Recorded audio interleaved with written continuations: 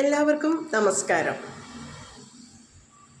നമ്മൾ father Jison Paul അച്ഛൻ്റെ ആ യൂട്യൂബ് ചാനലൊന്ന് കേൾക്കുന്നത് നല്ലതാണ്, പ്രത്യേകിച്ച് യുവതലമുറ. ഞാൻ എല്ലാ ദിവസവും രാവിലെ കിച്ചണിലായിരിക്കുമ്പോൾ അച്ഛൻ്റെ പ്രസംഗം അവിടെ പ്ലേ ചെയ്തിട്ടായിരിക്കും ഞാൻ കിച്ചണിൽ ഡ്യൂട്ടി ചെയ്യുന്നത്. രാവിലെ എണീക്കുമ്പോൾ സാധാരണ normal Christian songs. After that എനിക്ക് അച്ഛൻ്റെ സ്പീച്ച് ഭയങ്കര ഇഷ്ടമാണ്. അത് നമ്മളെ കുറച്ചും കൂടെ എനർജറ്റിക് ആക്കും. ഇന്നത്തെ അച്ഛൻ്റെ സ്പീച്ചിൽ ഞാൻ ശ്രദ്ധിച്ച കാര്യം അത് വളരെ സത്യമാണ്. പണ്ടൊക്കെ നമ്മുടെ വീട്ടിൽ നിർബന്ധമായിരുന്നു എവരി ഫ്രൈഡേ, അതായത് എവരി വീക്കിലും എല്ലാ ഫ്രൈഡേയിലും നോൺ വെജ് തരില്ല. അമ്മ അങ്ങനെയായിരുന്നു. ഒരു നേരം കഞ്ഞിയും പയറുമായിരുന്നു. അത് അമ്മ ശരിക്കും പറഞ്ഞാൽ പ്രായം ചെന്ന നമ്മുടെ അമ്മ അവരുടെ കാരണവന്മാർക്ക് അപ്പച്ചന്മാർക്കൊക്കെ അറിയാവുന്നതായിരിക്കും. അവർ ശരിക്കും ആ ഒരു ഫ്രൈഡേയിൽ നമ്മളെ കൊണ്ട് നോയമ്പ് പിടിപ്പിക്കും. ഞാൻ പഠിക്കുന്ന സമയത്താണ് അന്ന് പോലും ഒരു നേരം നോമ്പ് നോക്കുക അമ്മ. പിന്നെ അത് കഴിഞ്ഞ് കുറേ വർഷങ്ങളൊക്കെ കഴിഞ്ഞപ്പോൾ നമ്മളിൽ നിന്ന് ഇതൊക്കെ വിട്ടുപോയെന്ന് തോന്നും. അത് വിട്ടുപോയി. പിന്നെ നമ്മൾ ഫ്രൈഡേ നോൺ വെജ് കഴിക്കും. പക്ഷേ അമ്മ മരണം വരെ 70-ാമത്തെ വയസ്സിലാണ് അമ്മ മരിക്കുന്നത്. മരണം വരെയും ഈ ഫ്രൈഡേയിൽ നോൺ വെജ് കഴിക്കില്ല.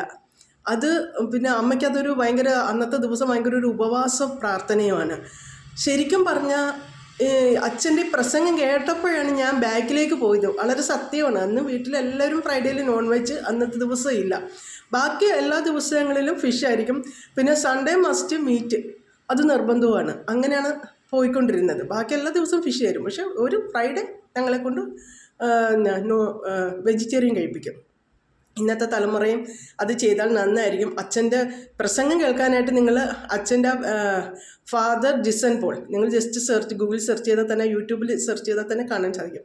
നല്ല രീതിയിൽ നമ്മൾ നന്നായിട്ട് രീതിയിൽ ബൈബിള് മനസ്സിലാക്കി തരികയും എനിക്ക് ഭയങ്കര ഇഷ്ടമായി അച്ഛൻ്റെ ഞാൻ ഒരുപാട് ഇപ്പോൾ ഇങ്ങനെ കണ്ടുകൊണ്ടിരിക്കാനായിട്ട് ഡെയിലി എനിക്കിപ്പോൾ അതൊരു ഹോബി എന്ന് പറയാം, അല്ലെങ്കിൽ അത് കേൾക്കാനുള്ള ഒരു ആകാംക്ഷയെന്ന് പറയാം. എന്തോ എപ്പോഴും എനിക്ക് കേൾക്കാം. നല്ല അടുക്കും ചിട്ടയോടും നമ്മളെ നല്ല രീതിയിൽ പഠിപ്പിച്ചു തരുന്നുണ്ട്. അപ്പോൾ കഴിവതും എല്ലാ ഭവനങ്ങളിലും നിങ്ങൾ ഫാദർ ജിസൻ പോൾ അച്ഛൻ്റെ പ്രസംഗം ഒന്ന് കേട്ട് നോക്കുക.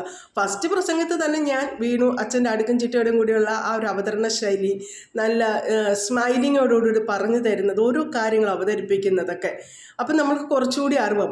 അങ്ങനെയാണ് ഞാനിപ്പം എൻ്റെ സ്റ്റാറ്റസ് ആയിക്കോട്ടെ, അല്ലെങ്കിൽ എൻ്റെ ഫേസ്ബുക്ക് നോക്കിയാൽ നിങ്ങൾക്ക് കാണാം എപ്പോൾ യേശുവിൻ്റെ വചനങ്ങൾ, അല്ലെങ്കിൽ യേശു നമ്മളുമായിട്ട് എങ്ങനെ ഇടപെടുന്നു എന്നതിനെക്കുറിച്ച് അച്ഛൻ്റെ ഒരു പ്രസംഗം കേട്ടാൽ അതിൽ നിന്ന് എന്നിൽ ഉൾത്തിരിയുന്ന ഒരു കണ്ടൻറ്റ് വെച്ചിട്ടാണ് ഞാനതവിടെ പ്രസൻറ്റ് ചെയ്യുന്നത്. അപ്പം നമുക്കും കുറച്ചും കൂടി ദൈവത്തെ അറിയാനും. മുമ്പ് ഞാൻ ചെയ്തുകൊണ്ടിരുന്നത് കോട്ടപ്പുറം അംബ്രോസ് പിതാവാണിപ്പോൾ, അന്ന് അച്ഛനായിരുന്നു നമ്മുടെ കോവിഡ് സമയത്ത് സെൻറ്റ് മൈക്കിൾസ് ചർച്ചിൽ, തൃശ്ശൂർ ഡിസ്ട്രിക്റ്റാണെന്ന് തോന്നുന്നത് സെൻറ്റ് മൈക്കിൾസ് ചർച്ച്, അതൊക്കെയാണ് കോട്ടപ്പുറം ചർച്ച്. അപ്പോൾ അന്നിങ്ങനെ അച്ഛനോട് ഞാനിങ്ങനെ സംസാരിക്കും. അച്ഛനും ഇതുപോലെ യേശു എന്ന് പറഞ്ഞാൽ സ്വന്തം അപ്പൻ എന്ന രീതിയിലാണ് സംസാരിക്കുന്നത്. അപ്പോൾ അന്ന് എല്ലാ സൺഡേയിലും നമുക്ക് പുറത്തൊന്നും ഇറങ്ങാൻ പറ്റുന്നില്ലല്ലോ, എല്ലാ സൺഡേയിലും അവിടുത്തെ മാസമാണ് ഞാൻ പങ്കെടുക്കുന്നത് ഓൺലൈൻ. അതിനുശേഷം ആ ഒരു ബുക്ക് വരെ വാങ്ങിച്ചു വെച്ചിട്ട് അച്ഛൻ്റെ സന്ദേശങ്ങൾ ഞാൻ ഇതുപോലെ എഴുതുമായിരുന്നു. അവിടുത്തെ പ്രസംഗങ്ങൾ കേട്ടിട്ട് ഞാൻ അതിനെ വീഡിയോ ആക്കിയിട്ട് കടപ്പാട് അവിടുത്തെ അച്ഛൻ്റെ പേര് വെച്ചിട്ട് ഞാനത് പബ്ലിഷ് ചെയ്യും. എന്നിട്ട് അച്ഛനും അയച്ചു കൊടുക്കും.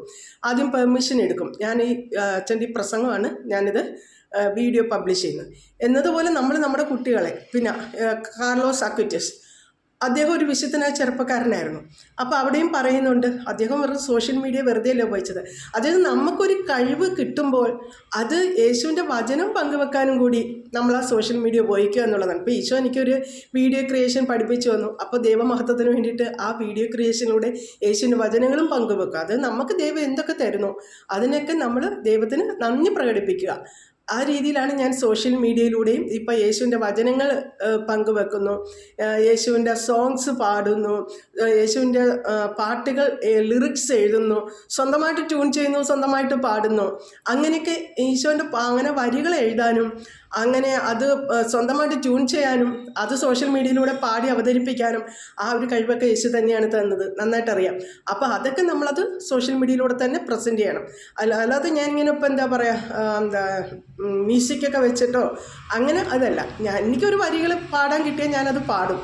അത് സ്വന്തമായിട്ട് മുമ്പേ കിട്ടിയിട്ടുണ്ട്. അപ്പോൾ അത് യേശുവിൻ്റെ ഒരു അനുഗ്രഹമായിട്ട് നന്ദി രേഖപ്പെടുത്തിക്കൊണ്ടുമാണ് ഞാൻ സോഷ്യൽ മീഡിയയിൽ പബ്ലിഷ് ചെയ്യുന്നത്. നമ്മുടെ യുവതലമുറയും ഇതിലേക്ക് വരണം. നമ്മുടെ കാറ്റീസും കുട്ടികളൊക്കെ ഇതുപോലെ ഈശോയുടെ വചനം ഒരു ദിവസം വേണമെന്നില്ല, എവരി സൺഡേയിലെങ്കിലും നിങ്ങൾക്ക് ഒരു വചനം, നിങ്ങൾക്കും എല്ലാവർക്കും ഇപ്പോൾ എഡിറ്റിംഗ് ഒക്കെ അറിയാവുന്നതാണല്ലോ. അപ്പോൾ അങ്ങനെ